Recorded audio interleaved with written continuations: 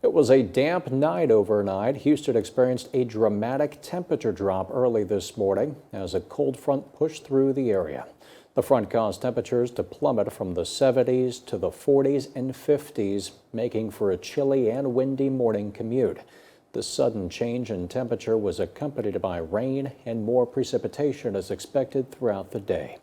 According to the National Weather Service, Houston, cool temperatures can be expected today, tonight, and tomorrow. This as Houstonians bundle up and brace themselves for the cold and wet weather. It's important to take extra precautions when driving on slippery roads.